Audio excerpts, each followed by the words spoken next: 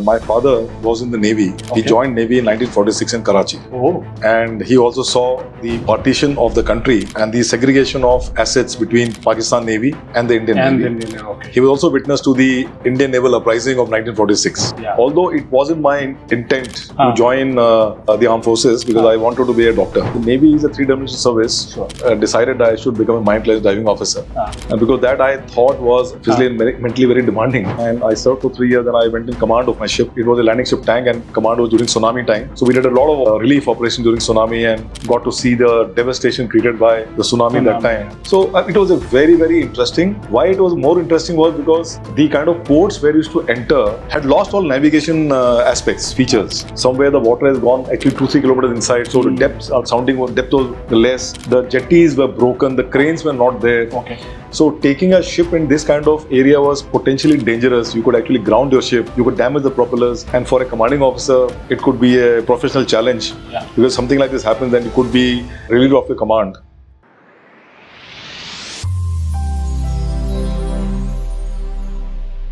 Hello, Namaste and Jai Hind. Welcome to yet another episode of Success Habits in conversation with me, life coach Sameer Ajmani. ऐसे लोगों की कहानी उन्हीं की ज़बानी मैं आप तक पहुंचाता हूं जिन्होंने अपनी मेहनत, लगन और अभ्यास से जिंदगी में एक मुकाम हासिल किया है और आज दूसरों के लिए प्रेरणा का स्रोत बने हैं. I am extremely happy to introduce our very special guest today. He's a Navy veteran. He's a commando. He's a Marine commando, a legend, a Marco, who are the few and the fearless. Commodore Vijay Pal Singh Rawat. Welcome, sir. Hi. I'm extremely honored to be speaking to you today. It's my pleasure too to be in your podcast. Wonderful, sir. Commodore Vijay Pal Singh Rawat is an alumnus of the National Defence Academy and was commissioned into the Indian Navy where he served for almost 35 years. He was an executive officer who specialized as a mine clearance diving officer and Marine CDO. He commanded 2 warships, a Special Forces unit, the Marine Commandos, and served at various staff billets at the Naval Headquarters. Sir, सबसे पहले तो tell us about your family. I mean your parents, siblings, and how was it like growing up? I belong to an armed forces family. Sure, sir. I'm the 3rd generation officer. My grandfather fought the First World War, and my father was in the Navy. Okay. He joined Navy in 1946 in Karachi. Oh. And he also saw the partition of the country and also the segregation of assets between Pakistan Navy and the Indian Navy. Okay. He was also witness to the Indian Naval Uprising of 1946. And he used to tell us stories about what all actually happened there. And then I grew up in a naval environment. I've got 2 brothers. Elder one was a colonel in the army. Okay. And 6th Commando. And now his son is also in the same battalion as a lieutenant colonel. Okay. And my sister-in-law was also in the army. Then I got a younger brother. Okay. And he is still serving in the Navy as a captain. Okay. His wife was also a naval officer. Uh-huh. And my father-in-law was in the Gurkhas as a colonel. So this is in short, plus my Sali, real Sali, is a wing commander in the Air Force. Oh, so you can see that it is almost the entire families in the armed forces. In the armed forces, yes. Other than my sisters who got married to civilians. Sir कुछ अपनी school की hobbies के बारे में बताइए. And what initially inspired you to get into the Indian Navy? Actually, as I told you, क्योंकि घर में फौज का environment काफी था, especially we were staying in the naval base, and naval base काफी organized entity होती है, so वहाँ पे all facilities are there, plus you see people in whites, uniform, and उससे पहले my father was also posted in National Service Academy 4 times. Okay. तो as a young kid, हमारे घर के सामने equitation line थी जहाँ पे घोड़े रखते हैं. And उसका हमारे घर के that is about 200-300 meters from our house. Okay. We could actually see it. Horses coming out from there, going inside in the morning. Because all the cadets in India have to do riding. Sure. Compulsory. As part of building self-confidence. And हमारे घर के बिल्कुल करीब, means road cross करते ही, there was a circular area fenced with wood where the horse riding classes to take place. Okay. So every day in the morning when I was in the KG school, coming back from or before going to KG school, I used to ask my mom, what is this happening? तो mother कहती थी बेटा ये NDA के cadets हैं और देखो horse riding कर रहे हैं और एक दिन आप भी शायद यहीं पे आके हॉर्स राइडिंग करोगे. So that sort of got into the mind, and उसके बाद later on also my father got posted again. Okay. And that is the time when I was in class 5th to 7th. 2 years I did in Kendriya Vidyalaya Khadakwasla, which is in Pune. Sure. And वहाँ पे I saw myself, I used to go to the library there, I used to go to the entire campus, we used to go, I used to go to the swimming pool there, go to the gym there, and saw first hand, what is a cadet in the National Defence Academy. Yeah. Plus my elder brother had just about joined NDA. Oh. So obviously, ये सब अगर inputs आपको मिलेंगे तो there's a you always develop some kind of charm. Absolutely. For being there. Yeah. Although it wasn't my intent to join the armed forces because I wanted to be a doctor. Acha, you wanted to be a doctor. But बचपन में we have seen through the times of 1971 war. We were in Bombay as a kid. और उस समय क्या होता था कि there used to be lights out. Sure. Means the whole Bombay used to be darkened after sunset. Okay. तो उसमें हमारे नेवल बेस में छोटे बच्चों की टोलियां बनी हुई थी. Okay. तो जो चौकीदार था हम बच्चों को ले आता था. And we used to ensure कि सब बिल्डिंग में लाइट ऑफ होनी चाहिए, किसी घर से लाइट बाहर नहीं आ रही है. अच्छा. प्लस किसी अगर पोल में बाय चांस लाइट अगर ऑन है तो we used to throw the stone and break the bulb. So that way we also thought we are participating and contributing to the 1971 war. I get that. So एक वो था. Plus हम लोग, my father used to take us to the ships. Means I first visited INS Vikrant. Achha. The erstwhile INS Vikrant aircraft carrier. Yeah. When I was in class 5th. Oh, that early, huh? That early, and there is something called as Families Day at Sea. उस समय हर साल एक बार होता है. Where the fleet sails out with the families of the officers and sailors. Sure. Just to tell them कि भाई आपके परिवार वाले, आपके husbands क्या करते हैं when they are sailing. Yeah. So some maneuvers they show, aircraft taking off, landing helicopters, and then firing of weapons and all, and doing some kind of maneuvers, coming very close and doing the topping up of the fuel and all. Yeah. So all these things, थोड़ा सा it did generate a lot of interest. And I remember, हमारा घर जो था वो it was in holiday camp. Which place was this? South Bombay, Colaba, South Colaba, or that was on the Arabian Sea actually. Sure. उधर एक temple था. और temple को भी हमने कार से वैसे बनाया था 97 की वॉर की विक्ट्री के बाद. Plus there was INS Kukri which sank unfortunately.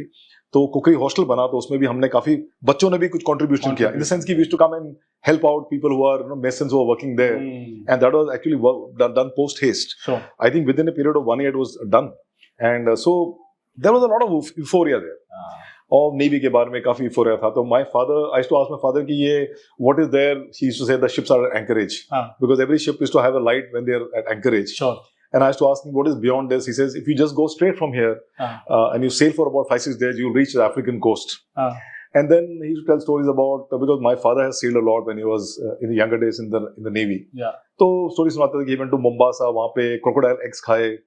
Then he went to Mauritius, he went to Colombo, and all this kind of stuff. So as involuntarily, unknowing to you, in your subconscious mind, something like this gets stuck. Absolutely. But this is also something which I'm a part of. Yeah.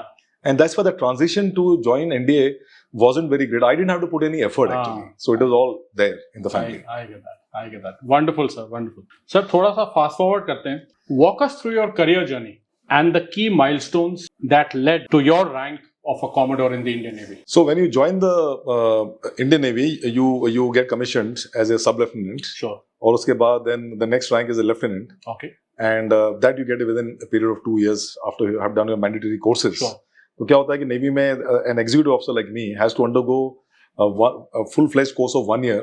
Okay. Where you go to each and every specialized training schools. Sure. Like navigation and direction, communication, electronic warfare, then electrical and engineering, and also missile and gunnery school, and signal communication school.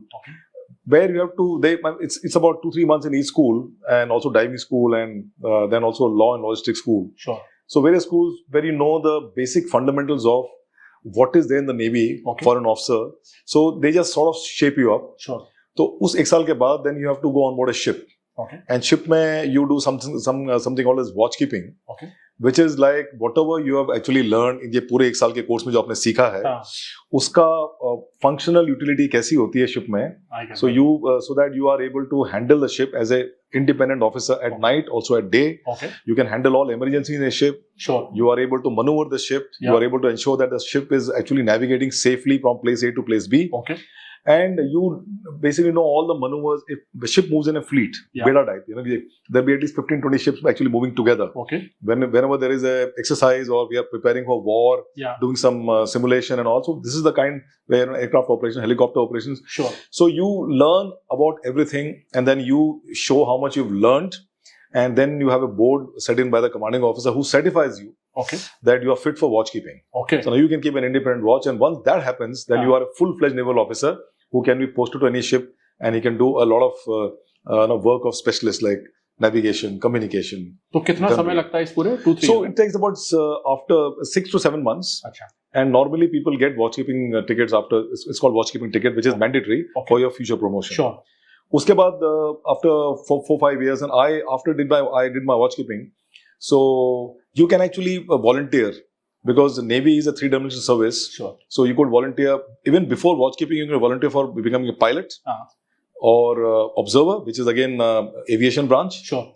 And then you can also become, if you want to be a general service, like you want to be a shippy, means you do specialization for being on ship. Yeah. Or you can also choose to become a mine clearance driving officer. So I decided I should become a mine clearance driving officer. And because that I thought was physically very demanding, and mentally very demanding. And not very many people can volunteer for that. And even if people volunteer, not very many people can qualify that course. Okay. So that sort of physically I was very robust. And which I realized when I was in National Defense Academy. Before that in my house, I was considered to be a weakling. Okay. So my siblings, even my sister was my classmate, used to मुझे चिढ़ाती थी. Yeah, सूखी हड्डी पहलवान type. I was very thin. My ribs could be counted. I used to act like Bruce Lee and all. And we used to fight also in the house, and she used to beat me in class 9th, 10th. So मुझे थोड़ा ऐसा लगता था कि maybe I'm actually weak. So again, that must have gone to the psyche. We never know. Yeah. So when this time came for you to choose, then maybe this just came out. कि भैया now I can show to people, look, I can do things, So that may be one of the reasons I chose. And I stood first in my course, clearance diving course, which happens in Cochin. Wonderful. And after doing that course, then the obvious choice was to do the Marine Commando course, which I did. And there also I stood in the order of merit. So is that an automatic? After that, you can branch out either to doing deep diving or saturation diving, or you can go for the Marine Commando. Hamare time pe, it was not a volunteer thing. You have given that you have to go for this. Because clearance diving and Marine Commando is all a volunteer. It's a voluntary basis. So I chose Marine Commandos and then I did the course. And it was pretty tough course. I get that. And and it was interesting also. I did that course. Uske baad then there are a lot of exams you have to pass. You have to go to Staff College, which is in Wellington. That is in Ooty. That's a 1-year course, and you do that. Then you go to ship as you have to do a lot of tenures on board ship as 2IC or XO or as a commanding officer. Then I got promoted as a commander. And once I became a commander, then I came to Naval Headquarters for 3 years. I was handling all Marine Commando and diving operations as a joint director. And I served for 3 years. Then I went in command of my ship. It was a landing ship tank, and command was during tsunami time. So we did a lot of operations, relief operations during tsunami, and got to see the devastation created by the tsunami that time, and how the whole country got in together, and it was a country effort for us. And we used to take the ships, and we used to with the load of all the items which are required for rehabilitating the people who have been displaced, and all the infrastructure was broken down, so usko rebuild karne ke liye. So it was a very, very interesting. Why it was more interesting was because the kind of ports where you used to enter had lost all navigation aspects, features. Means the underwater hydrography had totally changed. Somewhere the water has gone actually 2-3 kilometers inside, so the depth was less. The jetties were broken, the cranes were not there. So taking a ship in this kind of area was potentially dangerous. You could actually ground your ship, you could damage the propellers, and for a commanding officer, it could be a professional challenge. Because something like this happens, then you could be relieved of your command. All these things could happen, but then somehow, I enjoyed it because maybe that is where the Marine Commando can come into. I get that. Sir, Marine Commando, tell us more about this. but this is for us as civilians. A commando gets an image. I want to hear from you. Who is a commando, and what is the mindset of a commando? See, the mindset of anybody who joins the armed forces is the same. Yeah. We have killer instinct. Sure. We have a sense of responsibility, and we are very disciplined. So this is the first trait of anybody who joins the armed forces. Sure. Amongst the armed forces, there are a lot of specializations, and I would like to, before I say anything further, the people in the Indian armed forces are extremely strong-willed, Yes. and they can actually do anything which the government of India tells them. Having said this, I will say that some people amongst the lot would like to do something more high risk in nature. Beyond. So there are some people who join submarine specialization, which is high risk, aviation, which is high risk, and people who want to become commandos. Now, commando, there is people get mistaken by when you see movies like Uri and all. Usme commando dikhate hain, all those things, superhuman being. Yeah, it's not like that. Just that you go to an outfit which is highly trained, yes, and is specialized for conducting special operation mission. Now, all the special operation missions are based on the fact that they are small team operations. So, where you have 50 people, here you will take only 6 to 8 people. I get that. Number 2, you will be tasked for dangerous operations where the government does not want a larger forces role. And because you are a small team and you're doing high risk job, then you need to have that much amount of physical fitness levels and your mental toughness. Sure. Then the kind of equipment you get communication equipment, your whole weapon, assault weapons and all, and your individual skills which you develop is much more than a normal army soldier would have. I get that, absolutely. Yeah. So these are the parameters which make a person a commando. It is just not like Rambo. Yeah. Of course, it's a different matter that the physical fitness levels and the mental toughness which is expected of a person when he undergoes the course is of a very high order. Yes. And obviously the best among the best are chosen. So yes. So I would say that ek to you are go with the mentality ki everything is possible and we'll bash on regardless. And whatever mission is given, we will achieve it 100%. So that is the mindset of a commando. Wonderful. Marine commando has additional element because unlike the other special force of the army, air force, marine commandos are a 4-dimensional force. Okay. We use the air medium for doing insertion like skydiving or paratrooping, also launching our rigid hull inflatable boats and then doing a skydive and then doing operation at sea. All right. And then we actually work on at sea level and doing exercises and operations, executing operations. Then we also do underwater. And of course on land we also do. So this is a 4-dimensional multitasking. Because it is so much of dimensions are 4 and the skill sets required are more. So it's a longish course, more physically, more demanding and high risk. So I mean, I feel very thrilled when I say all those things because I've undergone all those things and now I'm a retired person. All I can do is reflect back on what all we did. वो अलग बात है कि अभी retired लगते नहीं. No, because it's called retiring. Sir, over your years of service, what leadership qualities and values have you found to be most effective in building successful teams? And obviously, guiding your fellow sailors. So this is a very important question you've asked because leadership skills are required almost in every level and almost every area of professional life, be it business, be it politics, be it military. And but then of course, while the fundamental traits of leaders across the spectrum would be similar, but there are some subtle differences. So I'll just touch upon the fundamental aspect of leadership, which I have experienced it. Okay. And because NDA is the cradle of leadership, where leadership is taught to us. And all throughout your service career, it is only further strengthened and consolidated and we build on that.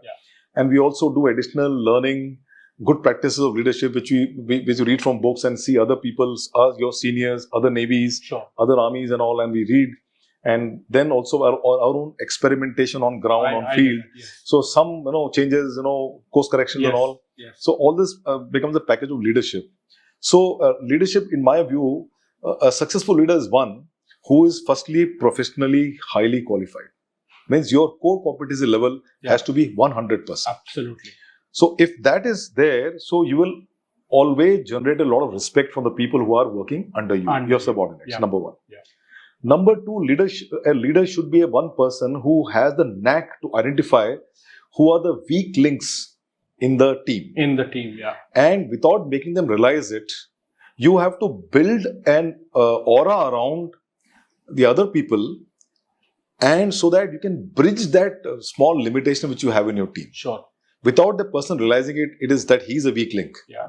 But you have to motivate people in such a manner and glue them together like Fevicol ka jod, like that. Because it is said that the weakest link decides the strength of the chain. Yeah. So that is number two. Number three is, I would say, that emotional intelligence. Okay. You have to know what is your capability. Yeah. You have to know how your emotions run, because emotions are something which can go kafi gadbad kar sakta hai. Absolutely. Yeah. And emotions can actually subvert your actual, your actual analytical thinking. Sure. So how can you control your emotions? Then how you understand other person's emotions? Okay. How does these people behave in various circumstances? Because human beings will behave differently in different circumstances. Very true. If you're put together in a difficult circumstance, they will have, even a team of 8 to 10 will behave in a slightly different manner as compared to each other. Yes. How do you organize the entire thing and use your emotions and their emotion intelligently? If you can do that, then you have actually made a very good leadership package. So these three are primarily important. Other things are like, punctuality, discipline, and, you should actually, a leader is unlike a manager, is not managing anything. I mean, a leader could be a very good manager, but a manager may not necessarily be a leader. That's what it is said. Very rightly said, sir. Yeah. So in leadership, what happens is that you have to lead by example. And, when you say lead by example, is that you don't have to force by virtue of position in the armed forces, because seniority matters a lot, protocol matters a lot in the government service also. Yeah. So there it is a given that if you are a senior person, people have to listen. Yeah. But that is not the way with the leadership which I am trying to tell you, because those are possible in a peacetime situation in an office setup. I get that. But when you are in a field area, you are actually you are visited with a very complex issue, where there is also the matter of life and death. So when there is a matter of life and death, every soldier will behave in a different manner. Unless he's got strong faith on the leader. So there you have to set an example. So there are a couple of leadership traits, and there are many more, but I think off the cuff you asked me. I think these, in my view, these are, and of course loyalty. A loyalty to the cause, loyalty to the mission which you have been given, and you are now trying to convey the same mission, which means that loyalty and how do you describe a particular operation you have to do. Communication skills have to be excellent. So there are a couple of things which I feel that leaders in all across the board need to imbibe. Very nicely explained and so easily, explained. Sir, you've touched upon this a bit in the leadership part. Naval operations often involve unpredictable and challenging situations. Yeah. How would you and your team stay adaptable and resilient in the face of adversity? So, not only naval operations, all military operations are actually flow the same thing which you've said. Sure. That they are challenging by nature, and you plan an operation, and when the first bullet is fired, and the entire plan changes. Because whatever you appreciated, you'll have to do reappreciation. Absolutely. So now it is not easy on the spot to take decision like this. While in a small scale operation where there's a team of 6 to 8 people are going for an operation, you have the flexibility to changing it. But in large scale operation like naval operation we're talking about, you cannot do this. So you have to prepare for this kind of emergencies. I get that. So what happens, the entire training of a naval officer, and for that matter Army and Air Force officer, is resting on this premise that there is a methodology to be followed for planning any operation based on the mission, and then thereafter you have to keep on rehearsing the same thing. You rehearse it again and again and again. You find follies in your plan. Then you actually plug it with the new ideas and all. Sure. So overall what happens, you follow us standard operating procedures for each and every evolution. So once that happens, the element of surprise actually is reduced significantly. But yes, as I told you, there is a fog of war. Yes. The moment the first bullet is fired or the first aircraft takes off for taking on an enemy target, things change. So there is flexibility is imbued in naval in armed forces operation planning. It is imbued already. Sure. So you know that this will have this. So for every mission we have various contingencies which are already planned. Sure. And we rehearse in such a manner that it becomes like muscle memory. So I don't think any situation can really confront us so badly that we will not have answers to those questions. It is just that everybody like that things to go as per planning. It doesn't happen. It's in business also, it doesn't happen because there are so many forces which come into act at that point in time. So this is very similar. Very good, sir. Sir, as a veteran now, what aspect of your naval service do you hold most dearly? Actually, Navy is not a service, but it's a way of life. So if you consider that as a way of life, so probably every aspect of the life was very important. But I would say that, everybody wants the younger aspect of, everybody wants to go back to the youth. Yes.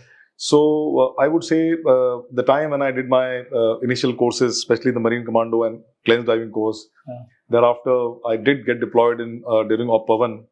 And then thereafter a lot of excitement is there, and also when I commanded a warship as a commander, and after that I commanded a special forces unit. Sure. So these are very, very exciting times I had. And you're young, you're youthful, and there are a lot of ideas you had. And then I realized there are certain limitations I found in our force which need to be plugged. Sure. And of course, people senior to me were doing their bit. But when I became captain, commanded another warship, and thereafter I went as principal director special operations diving, and I was the longest serving. I served for 8 years in naval headquarters. That was a time, I think, in my view, it was exactly what I bought into for those aspects which, when I was younger self, I found as limitations, and I thought I should plug all those things. So me and my team worked very hard for 8 years. And we were almost able to achieve what we wanted to achieve. So today, I can proudly say to everybody who's listening to this, is that today our special forces capability, naval special warfare operational capability, which includes clearance diving capability and also marine commando capability, is at par with contemporary navies in the world. Wonderful. Maybe the only navy which I feel could be a wee bit better than us would be the US Navy, because they're a huge navy. They've got a mammoth amount of resources which we may not have. But very, very soon we'll get there. But in terms of people and equipment and the kind of operations which we can do, I think we are at par with everybody. Wonderful to hear. So that is something, and personal, this will be one aspect which throughout my life I would revere. And I was given a fantastic opportunity by the Navy. They bestowed faith on me, and me and my team were able to deliver. So that is something which I'll remember. And of course, tsunami time, the kind of relief operation we did in very, very difficult and trying times, taking a lot of risk, taking a lot of personal, professional risk. And there is a saying that किसी चीज को अगर आप शिद्दत से चाहो तो पूरी कायनात उसे तुमसे मिलाने की कोशिश में लग जाती है. So my funda in while undertaking those operations was कि look, if I'm selfless and I'm trying to do something for the country without any personal motive, then everything will be right. And it turned out that way. Turns out that. So that has become a bigger motivation factor for me. And it has become like a very important aspect for me in my future life. Wonderful, sir. So nice to hear that about our commandos, the Indian commandos. Sir, balancing a military career with personal life can be very challenging. Right? So how did you manage to maintain a strong connection with your family and loved ones throughout your deployments and assignments? Yeah, so as I said, that Navy is a way of life. And the statement itself says that Navy also comprises of the professional aspect and the personal aspect. Sure. As far as the families are concerned, well, we stay in naval bases and in good places, so there are accommodation available. There are facilities available for our ladies, and when you are sailing away and when you are on deployment, then there's a system in place to look after the families if something happens to the family or to the children. And so from that point of view, the Navy takes care that your administrative and logistic aspect back at home is maintained and maintained at a good level.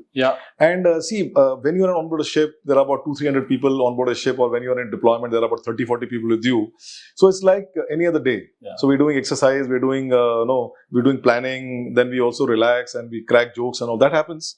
You do miss the families once in a while, but then when you get back, you're with the families. Absolutely. So I myself did not miss out on anything which any other guy would do in a family life. You see, in corporate life also, how many time or for how long people can stay with their families. Absolutely. There is people staying and working in Bombay, wife is working in Kolkata. Yes, yes. So if you take from that point of view, I think it is a good mix we had.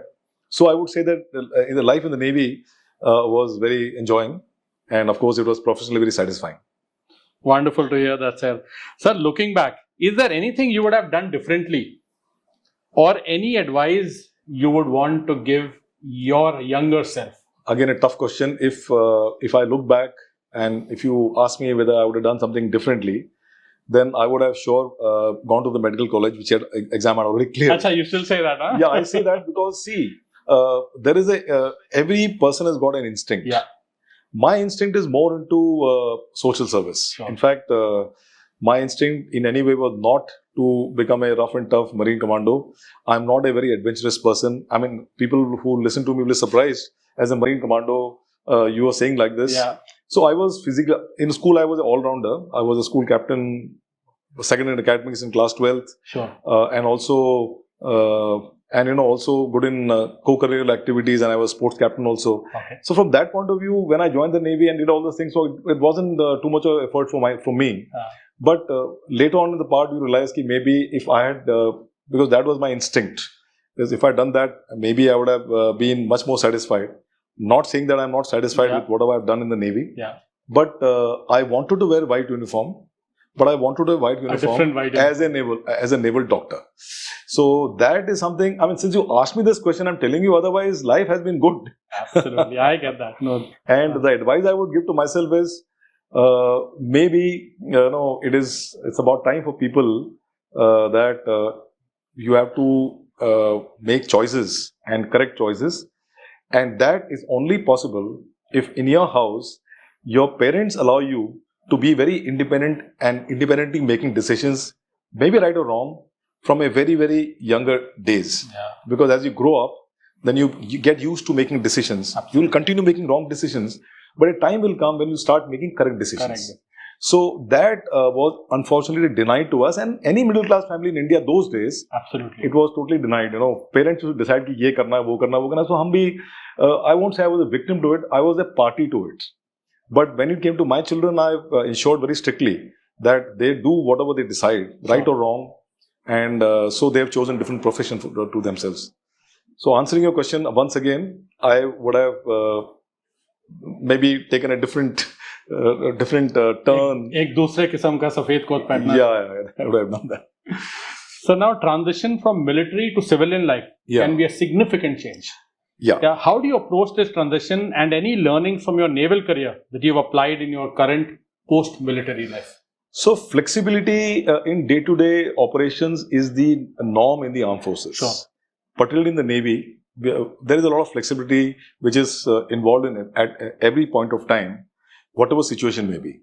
So one has to be very flexible, both in terms of your mindset, in terms of controlling your egos, controlling your emotions and all. Yeah. So once you transition from the armed forces, which now becomes like a cocoon life because you've lived so many years, and in my case, right from the day I was born, I was seeing white uniform. My father used to wear white uniform. Yeah. And barring 3 years in Naval Academy, National Service Academy, where I was wearing khakis because NDA cadets wear that, I was thrown in white myself. And incidentally, the school dress of Kendriya Vidyalaya was also white shirt. So I was thrown white. So after that kind of lifestyle or kind of mindset, Fauji mindset, when you transition into a different world, civil world, so it could be challenging for some people. But remember that I'm a Marine Commando and I'm used to adapt and adopt to any kind of situation. And but there are always issues. I can always say this, for the sake of saying. But the fact of the matter is that as you grow senior, the egos become very fickle. And then now, at the age of 56, when I retired 3 years back, one has to understand that you're now going to meet a different life. Your second innings is not going to be like a first innings. Absolutely. Yes. Either your age-wise also, plus mentality-wise also, plus you carry a lot of baggage and cobwebs. Yes. All these things. So, इसका पूरा मिश्रण है. इसको आपको control करना है. Ego has to be reduced because you're on the other side of the curve. Yeah. So in the other side of the curve, you have to show that you are still relevant to an organization where you want to join. Absolutely. और वो relevance के लिए सबसे पहले आपको अपना ego का त्याग करना पड़ेगा. Ego का त्याग करना पड़ेगा. जो आपने सीखा है उसको consolidate करो. You have to orient yourself that whatever you have learned, is it right for that organization? And if it is not right for the organization, try to remove it and then learn and then relearn. So these things, if you do, I think you can manage anywhere. So that's how, as far as I was concerned, within 1 year of leaving the service, I was invited by some of the people who knew me. And so today I'm working in a drone manufacturing company by the name Recipient Fiber, based out of Noida. And it is being opened by 3 founders. The chairman has done his MTech and PhD in nuclear science from MIT, US. His younger brother is the CEO, and he has done his MTech and PhD in robotics and electronics from Georgia Tech. And they got a third founder who's a friend of theirs. He's a software man. So all the 3 people have together started this company. Startup is doing extremely well. We have got a couple of contracts with the Ministry of Defense. And so it's a very, and drones is the future. And the best part is that in this company, I'm one of the presidents in this company. I get to work with young, bright minds. The average age is about 26, 27. And so you also feel young, you know, when you stay with, कहते हैं ना खरबूजों के देखो रंग बदलता है. So I'm with young people, so I look young. Absolutely. I act young. You can still see the excitement even now. So that's very important in life. Sir, what's one lesson that you'd never want your children to forget? Okay, the lesson is that the life is not very straight. And there is a lot of asymmetry which God has created, and for the good. Because if everyone is similar, then there is no charm in the life. Absolutely. One has to understand what are your capabilities, and for that, it is very important. Parenting is very important. If you start giving at a very young, at the younger days, childhood days, if you give independence, which I told you, to the children, they will be easier to learn this aspect. What is good for them? What are their capabilities? And one must optimize and consolidate your capability. If you are very capable, but you're not putting in effort to consolidate and optimize the capability, then you will be a failure. If you are able to correctly make out a choice and able to consolidate and work very hard to achieve what God has made you to achieve, then I think it's a win-win situation. So basically choose and then move. Choose and then bash on regardless. Put in the work. Yeah, that's the way. So you've been awarded the Vishisht Seva Medal. That's right. Right, which you've received from the President of India. Yeah. What does this personally mean to you and your family? Vishisht Seva Medal is a culmination of the hard work which you put in throughout your service, which has greatly benefited the service in the sense that the kind of operation enhancement which you've been able to bring about in your respective arm which you joined and your specialization which you were heading. So it's a culmination of all those things. Basically, say that you've been working very hard, and and that's why the Government of India awards you with a Vishisht Seva Medal. It's a recognition of basically effort we put in, a singular and focused attention you have paid to a professional life. So it's a pat on the back, and I mean I feel very proud that I was one of the recipients of the VSM. Wonderful. Incidentally, my younger brother got it 4 years before I got it. Acha. Yeah. Wow. So all in the family. All in the family. All in the family. So finally, sir, on the auspicious occasion of India's 77th independence, what advice would you want to give our younger generation? India is a country which is on the rise, and we all are party to its rise. And to ensure that we continue developing, growing the way our Prime Minister has given us, charted a way for us. We all have to pull together, come what may.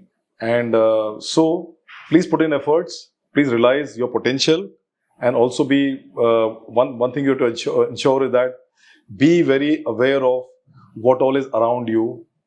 Have developed civic sense, and also ensure that you all move together as an entity rather than as a divided entity. So unity in whatever you do is a very important aspect, and that is only the thing which is going to take you to the upper echelon of the world polity. Very important, and so nicely said. So salute to your service. Thank you for your service, and Jai Hind.